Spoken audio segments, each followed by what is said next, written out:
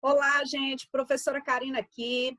Vamos conversar com vocês na aula de hoje sobre a arte da Mesopotâmia, tá certo? Primeira coisa que nós temos que fazer ao estudar esse momento, ao estudar a produção da arte da Mesopotâmia, é ver a questão do seu cenário histórico. Em que contexto esse tipo de arte surgiu, como que se deu esse processo, tá certo? Então, ao estudar a arte da Mesopotâmia, a primeira situação, como eu disse a vocês, é avaliar o cenário histórico. Então, a história humana, ela tomou um impulso com o desenvolvimento da agricultura. Então, por volta de 9.000 anos atrás, numa região situada no Oriente Próximo, onde atualmente fica o Iraque. Então, foi ali, naquele local, que tudo começou. E, através desse contexto, nós podemos também perceber que ali, naquele local, já existia uma civilização bastante complexa, né, que vivia em planícies próximas ao rio, né, próximos ao rio Tigre e Eufrates, que foi a civilização dos sumérios. Essa civilização, ela era muito avançada para a época que ela surgiu, para a época que ela apareceu aqui nesse momento. E aí, depois de aproximadamente um milênio, os sumérios eles desapareceram, mas a sua cultura foi assimilada por seus vizinhos. Quem foram esses vizinhos, professora Karina? Nós tivemos os acadianos, os babilônicos e depois os assírios, que foram construindo, da toda essa gente, ela construiu uma cultura que ficou caracterizada como cultura mesopotâmica. Então, nós vamos estudar cada uma dessas civilizações, tá? Cada um desses povos, o que é que eles produziram, né, nesse momento, e essa região, tá? Mais tarde ela foi dominada pelo Império Persa, e a cultura mesopotâmica ela entrou em decadência. Mas até ela entrar em decadência, tá? Ela deixou a sua marca na história. E que marca foi essa? Vamos lá, vamos conhecer. Quem foram os sumérios?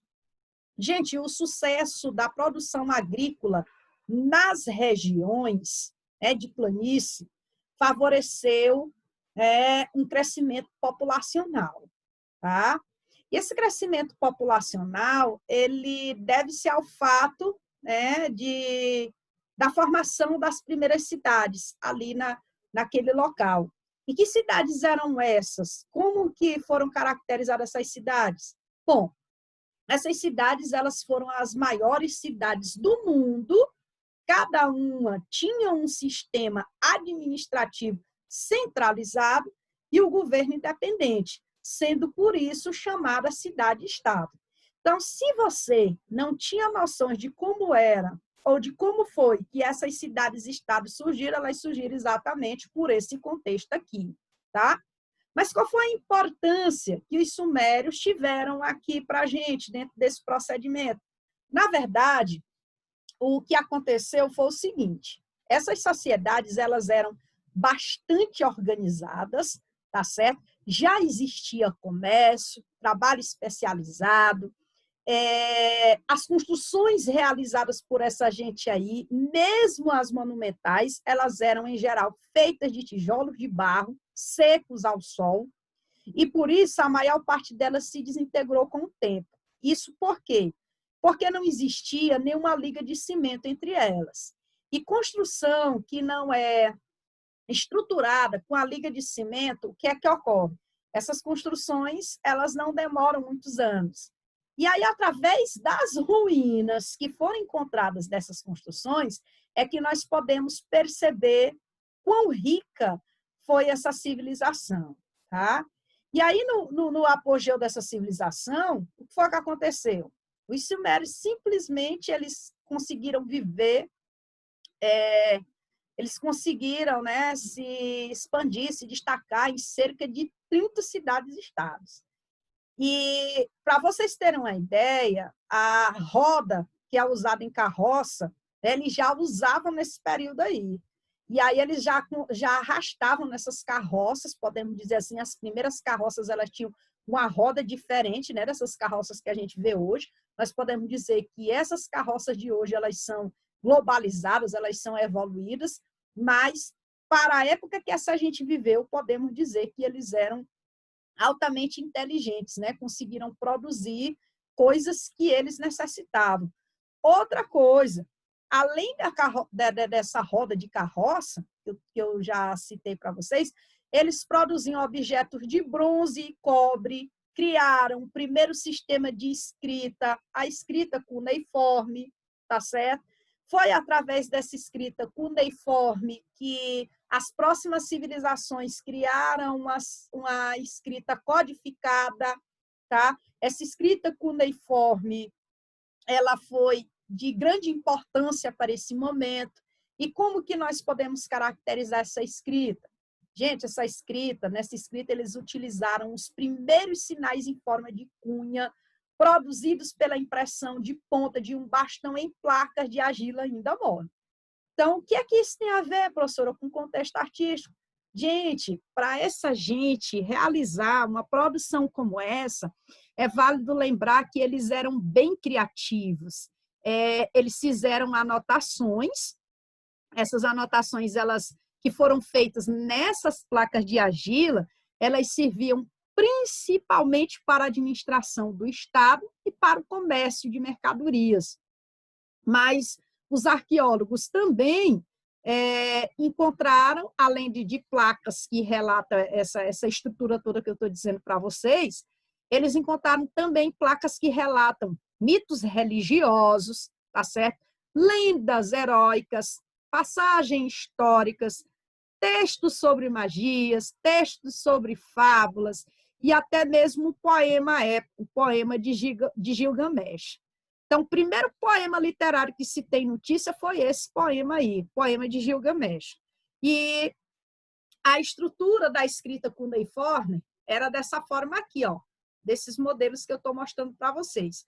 Foi encontrado tanto na forma vertical, eles escreviam assim, ó, continuando, tá certo? Como em forma horizontal.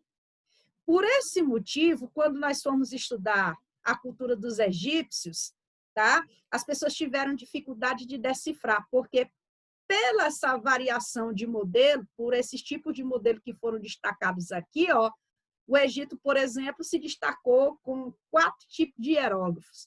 Então, é uma escrita difícil, né, de se decifrar, mas a escrita cuneiforme ela tinha essa estrutura aqui, tá certo?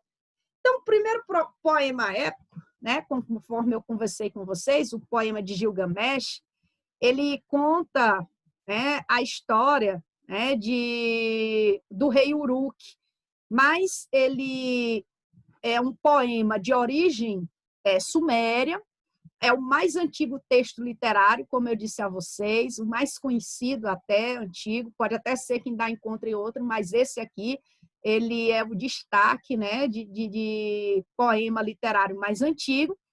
E alguns fragmentos dessa história foram encontrados em placas de argila datadas de 2000 anos antes de Cristo. O poema, ele conta o quê? Ele se refere aqui, ele conta a história do rei Uruk, chamado Gilgamesh, e de sua amizade com Enkidu. Então, após a morte de Enkidu, Gilgamesh não consegue aceitar a natureza finita humana e sai em busca de Utnapishtim, o único sobrevivente da existência humana. E nem tudo desse poema dá para a gente destacar para vocês pelo fato de o texto ter sido deteriorado no decorrer dos tempos, no decorrer dos anos. Então, não dá para a gente citar para vocês, por exemplo, início, começo e fim, né, do poema, pelo fato dele ter sido encontrado, ó, nessa estrutura aqui que eu estou mostrando para vocês, ó, nessas estruturas aqui. Então, vamos combinar que, mesmo eles não tendo os recursos que nós temos atualmente, tá certo? Mas eles eram bem avançados, né, para o momento, para o período. E aqui é um exemplo, ó, do rei Gilgamesh. Então, foi encontrado todas essas coisas aqui que comprovam a existência dessa gente. Por isso, pessoal, a importância desses objetos, por isso a importância do trabalho do paleontólogo, a importância do trabalho do arqueólogo, né, que através do trabalho dessa gente, nós podemos ver coisas, né, do passado como essas que eu acabei de citar para vocês. Então, o que eu posso dizer mais a respeito dos sumérios é que eles eram politeístas, adoravam vários deuses e deusas. Para eles, essas divindades, elas tinham poder sobre as forças da natureza e as atividades humanas, tá? Cada cidade tinha a sua divindade protetora e para ela se construíam templos chamados zigurates, torres piramidais em degraus, que eram feitas de tijolo. Então, os zigurates, eles tinham uma função simbólica. E que função simbólica era essa? Eles eram vistos como uma ponte entre a terra e o céu, aproximando os homens dos deuses e deusas. Então, como nós podemos ver, era uma estrutura, era uma história muito bem elaborada. Eles não tinham o estudo que nós temos hoje, eles não tinham acesso à literatura que a gente tem hoje. No entanto, eles foram muito criativos, é o que eu posso dizer em relação a esse momento para vocês. Outra coisa, muitos objetos significativos produzidos por eles foram encontrados em 1922 em um conjunto de tumbas próximas às ruínas do Iraque. E o que se vê de tão importante nesse achado aqui, tá, é que o sítio ele faz parte de um grande cemitério que foi usado durante 3 séculos, por volta de 2000 anos antes de Cristo. E o mais interessante é que a maioria dessas tumbas elas eram individuais, mas algumas dessas tumbas guardavam dezenas de corpos que parecem ter sido morridos ao mesmo tempo. É bem parecido com essa coisa do tempo da pandemia agora, que estão enterrando um monte de gente numa tumba só. Gente, isso é terrível. Mas, enfim, nesses túmulos, nessas tumbas, elas foram, além de ter sido encontradas, né, de ter sido encontrada esta situação, ainda foi encontrado também, né, além de várias pessoas numa tumba só, foi encontrado objetos com grande... Aliás, foi encontrado grande quantidade de joias e objetos fascinantes. E entre os objetos fascinantes que foram encontrados aqui, nós podemos citar para vocês as harpas, as liras e o tabuleiro de jogo. Então, você vê que, para a época, olha só a data, 2.500 anos antes de Cristo, essa gente já ter uma capacidade, uma criatividade de realizar uma produção riquíssima como essa questão de harpas, liras e tabuleiros de jogo. Então, como exemplo de objetos que foram encontrados nesse momento aqui, nós citamos para vocês a lira. Olha só os detalhes da produção, vamos dizer assim, que foi realizada aqui, ó, e ela foi encontrada dessa maneira aqui, ó, ainda intacta, é a lira de uma rainha. Nessa lira de uma rainha, você vê aqui que foi usado madeira, foi usado objetos, linhas geometrizadas aqui, ó, como decoração. Aqui tem um pouco da história da rainha, tá? Lembre-se que aqui também tem a regra da frontalidade, pelo fato de vocês já terem visto aquilo que a cultura egípcia já foi capaz de produzir. Note também a cor que é usada aqui, ó, tons de azul, que já era trabalhada por eles. Não foi encontrado que tipo de pigmentos eles usaram para encontrar esse tom de azul. Mas eles já faziam um trabalho de derretimento de ouro, que você consegue ver aqui, ó, na estrutura da cabeça da lira, né? O que significa trabalho de ourivesaria. E o que é esse trabalho de ourivesaria? Derretimento do ouro na fabricação, né, desses objetos.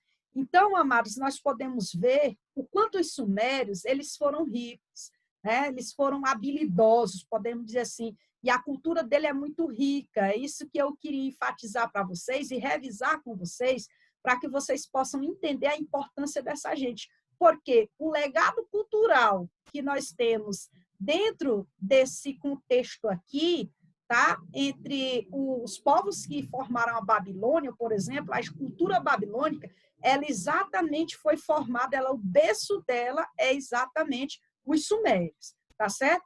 Então, estudar a arte da pré-história faz com que a gente entre em contato não somente com aquilo que foi produzido pelos nossos ancestrais no que se diz respeito à arte da pré-história, mas também enfatizar que as primeiras civilizações, né, a partir do surgimento da escrita, que a gente viu aí através do poema de Gilgamesh, nós podemos ver o quanto essa gente era evoluída para a época que eles viviam, tá certo?